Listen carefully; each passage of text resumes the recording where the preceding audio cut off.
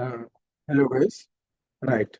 You see, from the point of view of examination, the one of the important topics is digital divide and how to bridge it. Okay. So maybe many times by now you might have heard the word of digital divide. You see, some divides are there. Okay. Rural-urban divide. Okay. Then uh, a division based on the literacy. Okay, educational. Then digital divide is also there. Okay, gender division is also there. Okay, so some divides are there in the society based on rural urban, based on gender.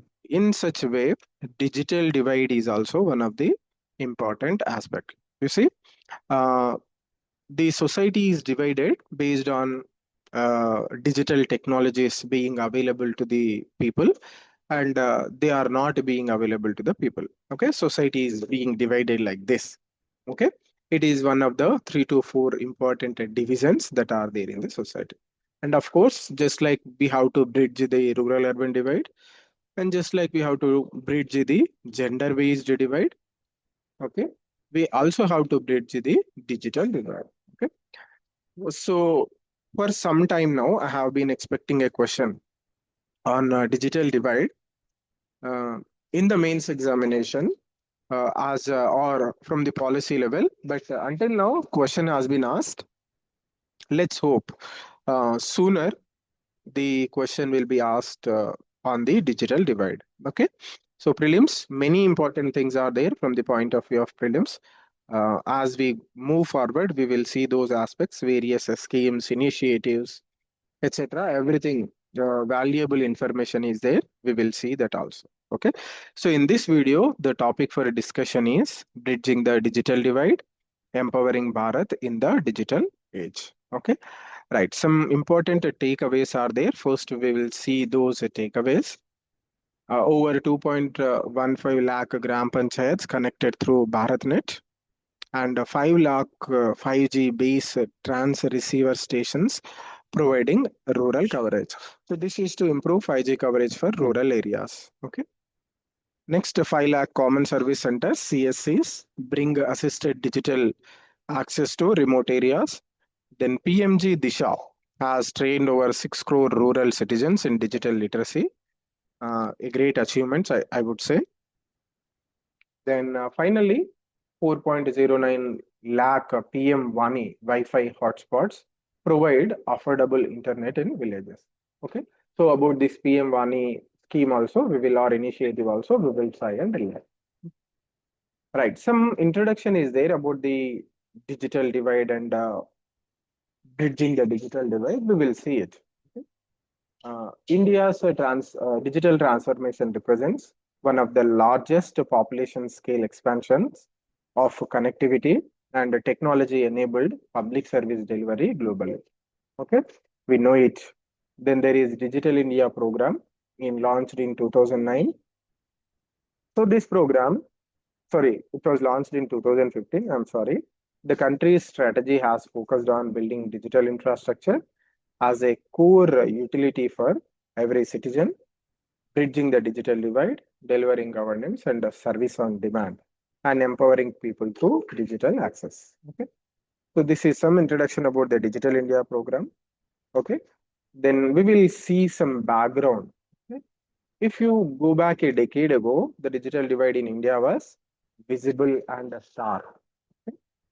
High-speed internet was largely urban.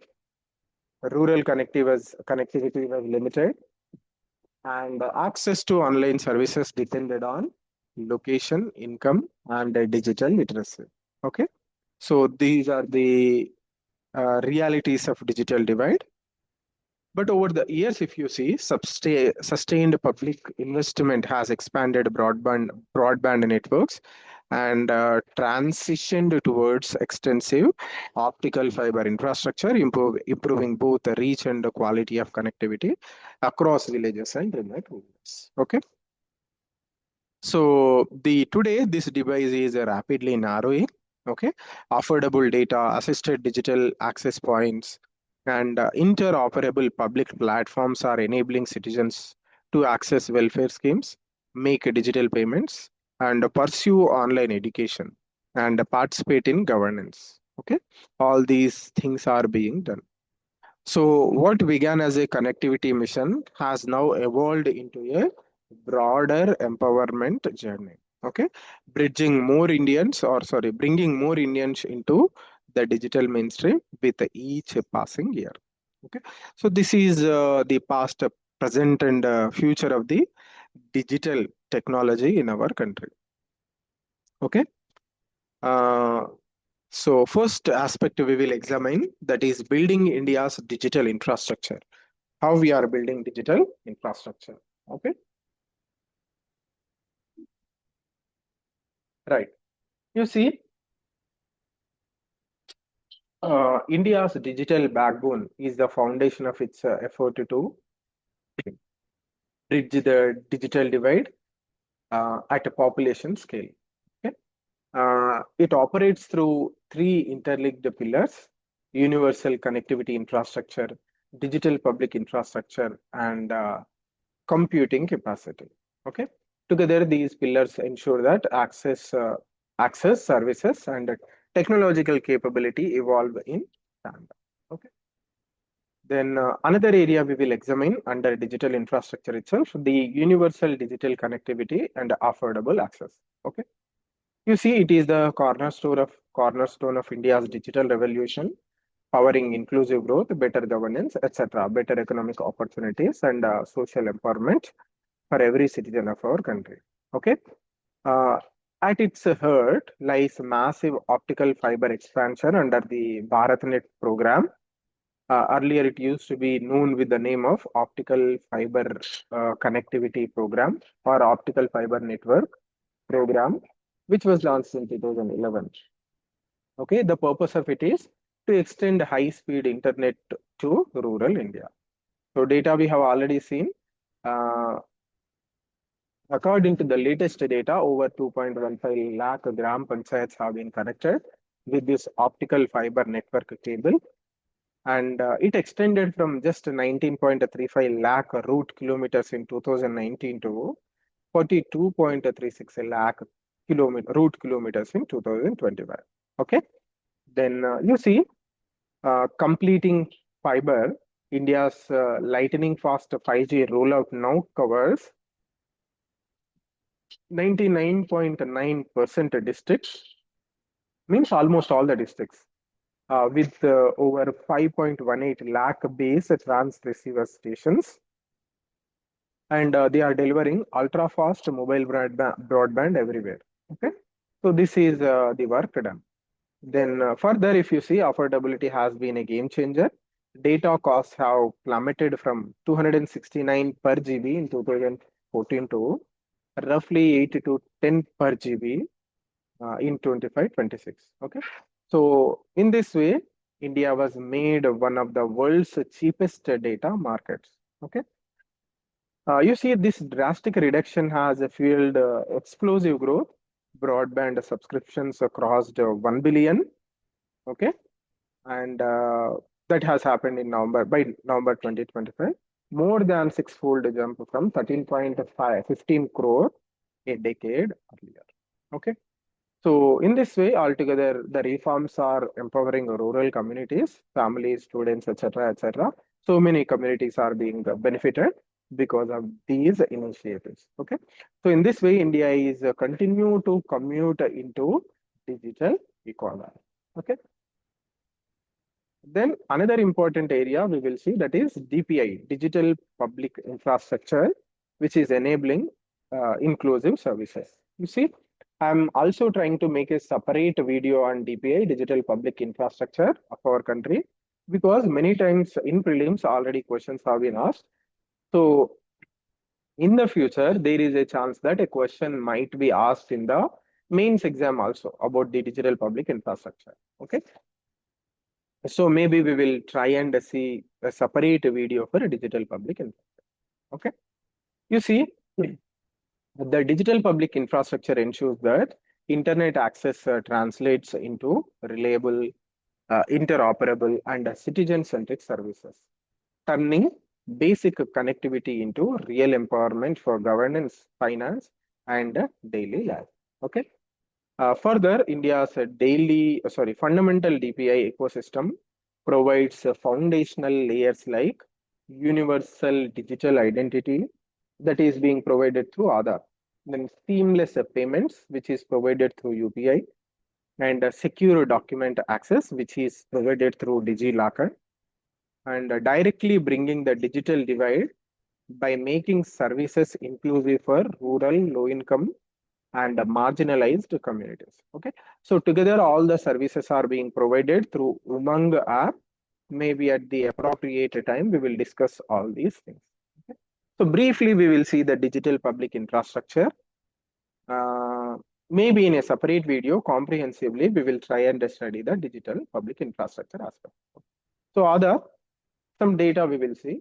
Aadhaar has issued over 143 crore unique digital IDs, enabling targeted welfare delivery, direct benefit transfer, and easy access to government and financial services. Okay, even for those who have been previously excluded due to lack of formal ID.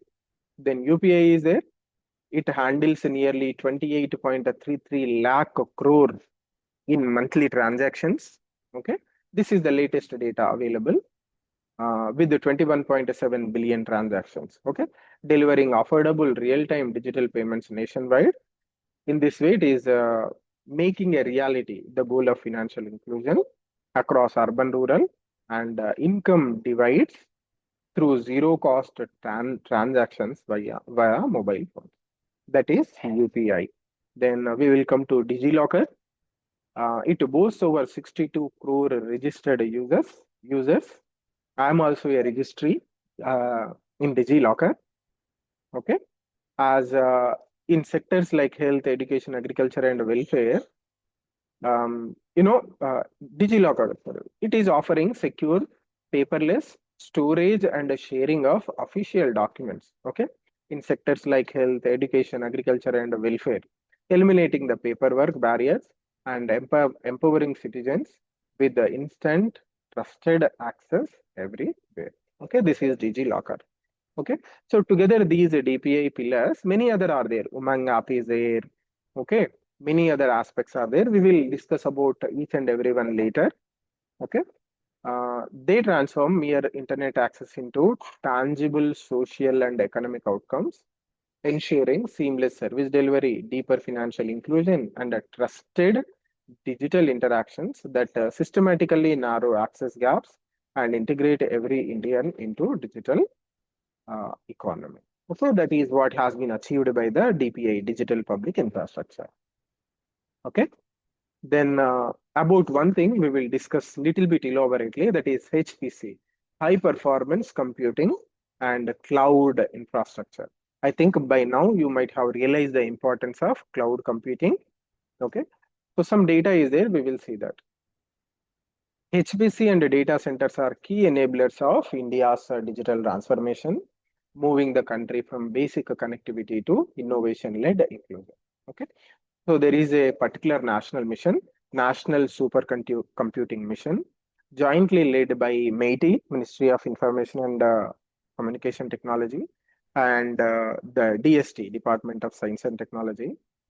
Until now, 38 supercomputers with a combined capacity of 44 petaflops.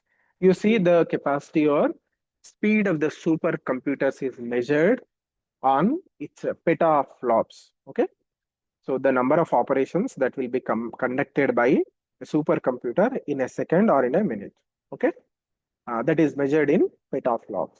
Okay, so 38 supercomputers have been deployed across the institutions nationwide by extending advanced computing infrastructure beyond the cities. Okay. Further, HPC ensures equitable access to world-class resources for universities, startups, researchers, and industries supporting AI, climate modeling, biotechnology, and advanced manufacturing. You see, simply these are the areas where supercomputers are being used. Okay. The most important area is climate modeling and research, especially in areas like biotechnology, in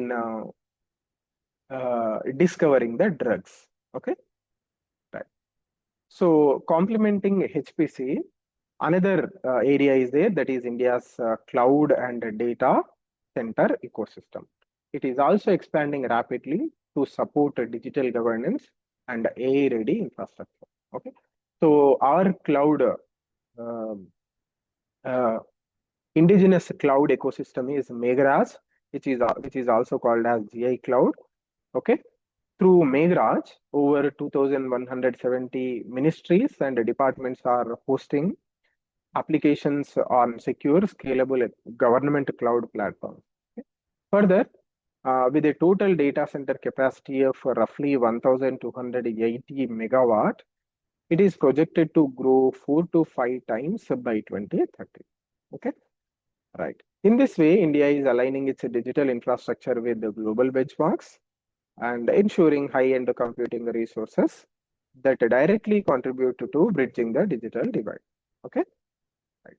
So in this way, India's investments in digital infrastructure, interoperable platforms, and high performance computing are creating tangible impact. Okay, enhancing service delivery, financial inclusion, research capabilities, and innovation opportunities. Okay, so this is the result. Then now we will come to the actual discussion point, that is creating an inclusive digital ecosystem for Bharat.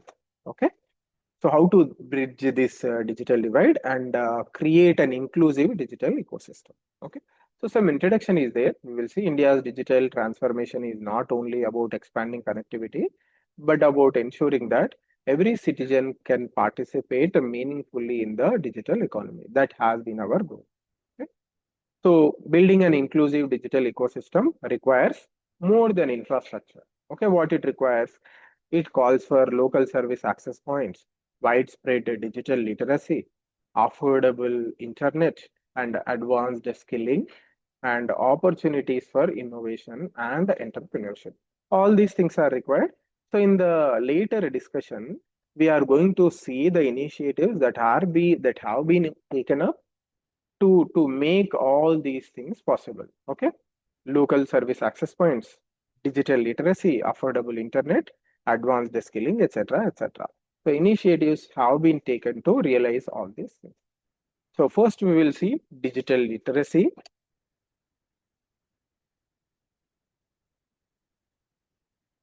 Building skills and opportunities.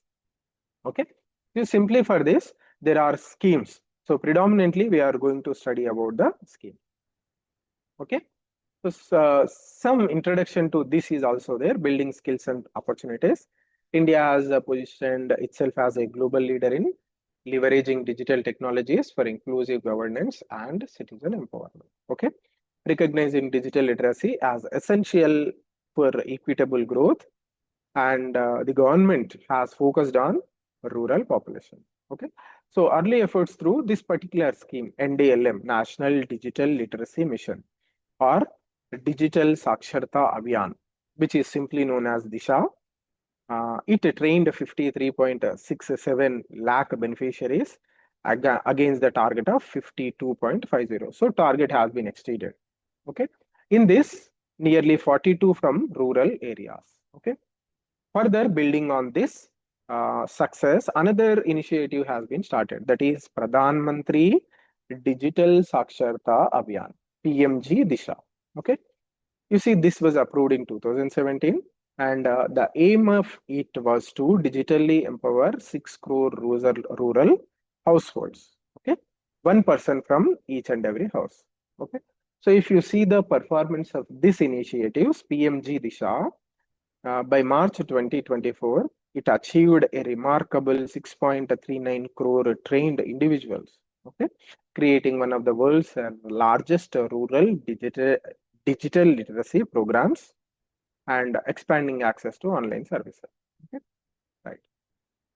Further, this foundation has been strengthened at the institutional level through the National Mission on Education through ICT. Okay, uh, It is called as NME ICT, which is launched in 2009, and it has bridged the gap in higher education by expanding broadband connectivity, virtual labs, and digital resources, ensuring even remote campuses match premier institutions in quality and access. Okay. Okay, you remember this one, NMEICT. It is to connect the higher educational institutions and bridge the gap between the institutions. Okay. Further, the National Education Policy 2020 is further accelerating this progress by mainstreaming digital literacy across school and higher education. Okay, integrating blended learning, etc., etc. Okay. Right. You see, under the national education policy, national platforms like Diksha, okay, it's you see there is Disha and there is Diksha also. What is Diksha? Digital infrastructure for knowledge sharing. This is to train the teachers. We will learn about it little bit later. So platforms like Diksha, Swayam. Okay, this is for self-learning. See, study, web surf, active learning for young aspiring minds. Swayam, you register in Swayam, you learn, text a lot of courses will be there, then you will write the exam, then automatically certificate will be issued to you. Okay, so learning on yourself, that is for that reason, that purpose Swayam platform is there. Okay, so platforms like Diksha and Swayam are democratizing access to quality education across schools and higher education through large scale digital courses and certifications. Okay. So they are also called as MOOCs, massive online, okay, open online courses. Okay. Maybe at the appropriate time, we will also discuss about that one. Okay. Further, extending this inclusion from access to opportunity, the innovation in science pursuit for inspired research, Inspire Awards. Then one more program is there, Manak, Inspire Manak. Manak is Million Minds Augmenting National Aspirations and Knowledge. Okay. So, Inspire Manak program, this nurtures grassroots STEM innovation among classes 6 to 10 with a strong participation from girls and students belonging to SC, ST, OBC communities, means from the backward communities. Okay. So together, these initiatives also move beyond connectivity to capability, ensuring that digital learning translates into equitable representation, innovation, and future-ready skills. Okay. So these individual scheme, you try and remember there is high probability that they being asked in the examination. Okay. So some information is there about the three programs that we have discussed. Some information we will see that. Okay. First is Diksha portal. You see, this is for school education and teacher training, like I have told. It hosts over 19,000 plus courses with 182.3 million enrollments and 145.7 million completions. Okay. It provided multilingual interactive content, including NCERT textbooks and AI-enabled resources. That is Diksha. Then Swayam, it supports higher education, offering 18,000 plus courses from leading institutions. It has recorded over 6.1 crore enrollments, awarded 53.7 lakh certificates, and continues to see strong uptake, including nearly 50 lakh enrollments in January 2026. Then Inspire Manak is there. It is launched in 2008. Selects 1 lakh student ideas annually, providing rupees 10,000 prototype grants, along with mentoring at the district, state, and national levels.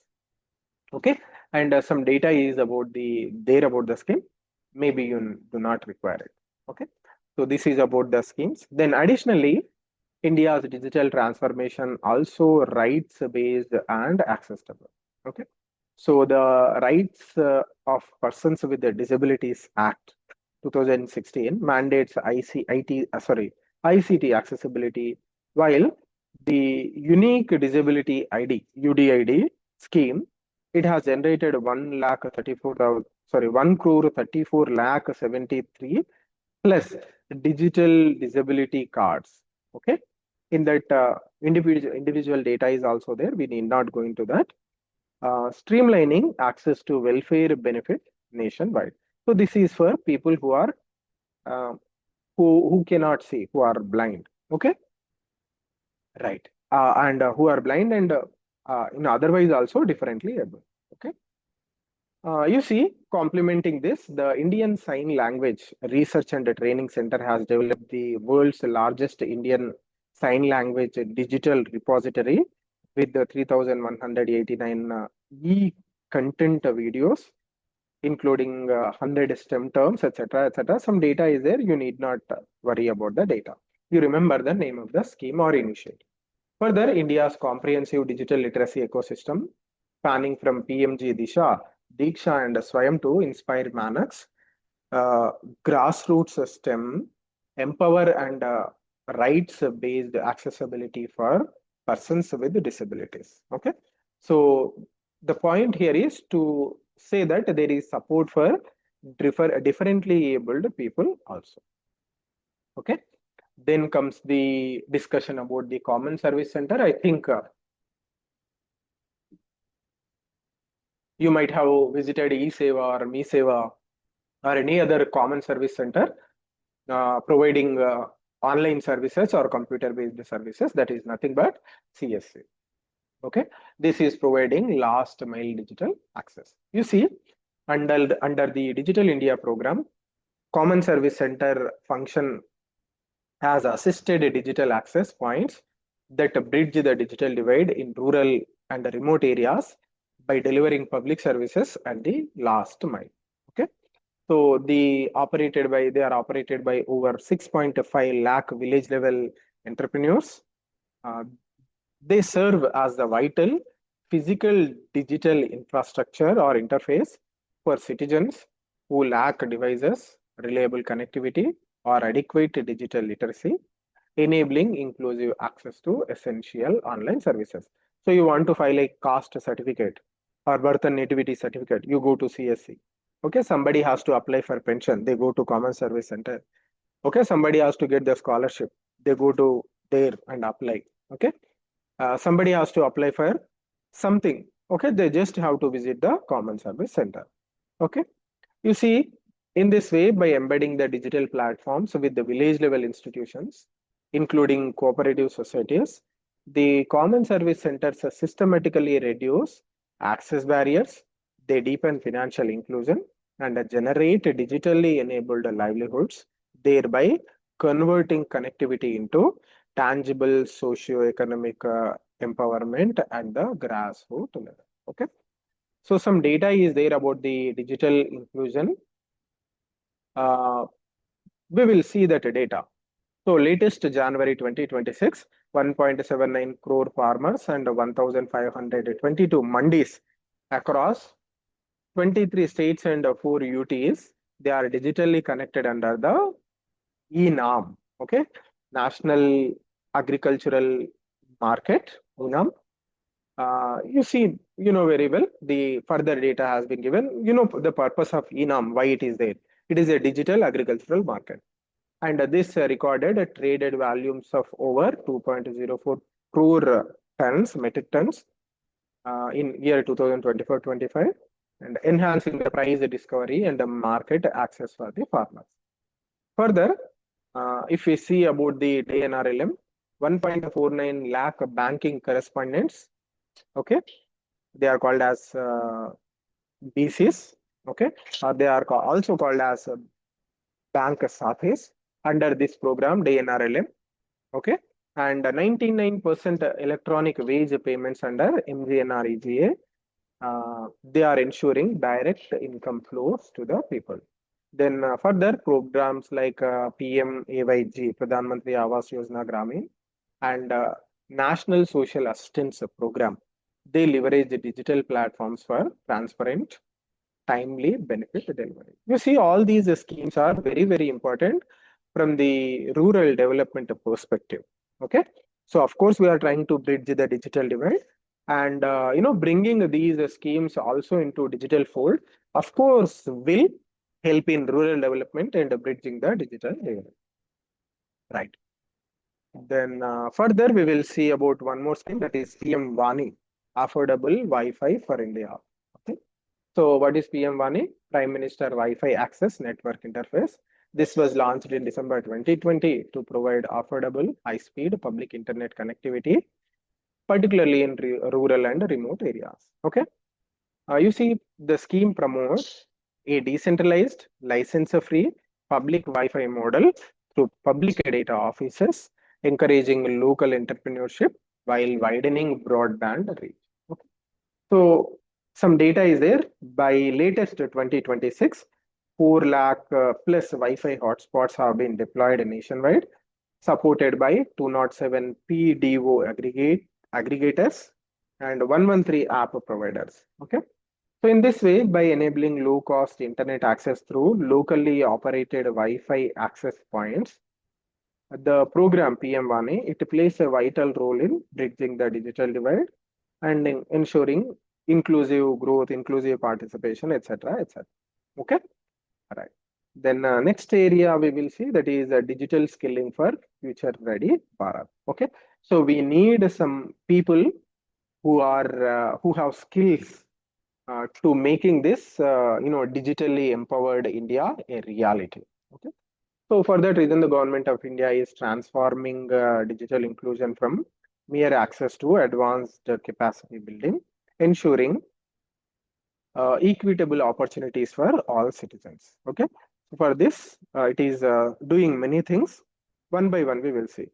The AIM Atal Innovation Mission has established over 10,000 Atal Tinkering Labs (ATLs) across 722 districts, enabling 1.1 crore students, with an additional 50,000 ATLs planned as of December 2025. Okay, right. Until now, students have developed over 16 lakh plus innovation projects, gaining hands-on experience in robotics, AI, and IoT, laying the foundation for future for a tech-savvy generation in the coming future. Then another program is there, the Future Skills Prime, led by MeitY and NASCOM, has registered 29 lakh candidates with the 17.9 lakh enrollments and over 7 lakh unique badge holders, including 41% women. Okay. So this platform, Future Skills Prime, it is ranked third globally. The European Commission's Pact for Skills report 2024, according to that, it has ranked third globally, this platform. This program equips learners with industry relevant skills in artificial intelligence, cloud computing, cybersecurity, and data analytics. Okay. Then next, there is India AI mission, India AI or India AI, which with an outlay of 10,000 crore rupees, it has operationalized 38,000 GPUs, graphical processing units. Okay, and with the 20,000 more planned, and this offers a subsidized compute at rupees 65 per hour. Okay, so this India AI course 9,500 plus data sets and 273 AI models across 20 sectors, supporting startups, researchers, and innovators nationwide. Okay. Then under the Startup India program, there is another program, Startup India. Recognized startups have grown from 400 in 2016 to over 2 lakh in 2025, generating 21 lakh jobs. And 50% of startups now operate in tier 2 and tier 3 cities. Okay, decentralizing the innovation and enabling local economic growth. Okay, so most of these startups, you have to understand, they are tech based, and now they are working in tier 2 and tier 3. Means they are there in remote and maybe semi-rural or semi-urban areas. Okay, which of which the rural people can take a benefit of. Okay, further, there is a program Nidhi. The Nidhi program and Atal incubation centers further support early stage ventures and inclusive entrepreneurship. Okay. Recent expansion of that program include 8 new inclusive TBIs and 10 entrepreneur in residence centers, and 72 AICs have nurtured 3,500 plus startups, created 32,000 plus jobs, and supported over 1,000 plus women-led ventures, backed by 6,200 plus mentors of change. Okay. So collectively, all these programs, these powerhouse of initiatives, prove that India's digital inclusion extends far beyond devices and data, and it is about 4G capabilities, sparking opportunities, and delivering growth to every village and town. So finally, what is the goal? The goal is to bridge the digital divide. Okay,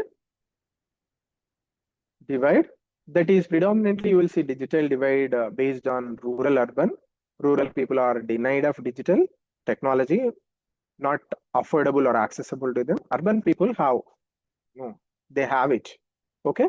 So to bridge that divide, digital divide, many schemes have been initiated. Okay. So all these schemes we have gone through. Try to remember the schemes. The schemes are important from the prelims exam, prelims point of view.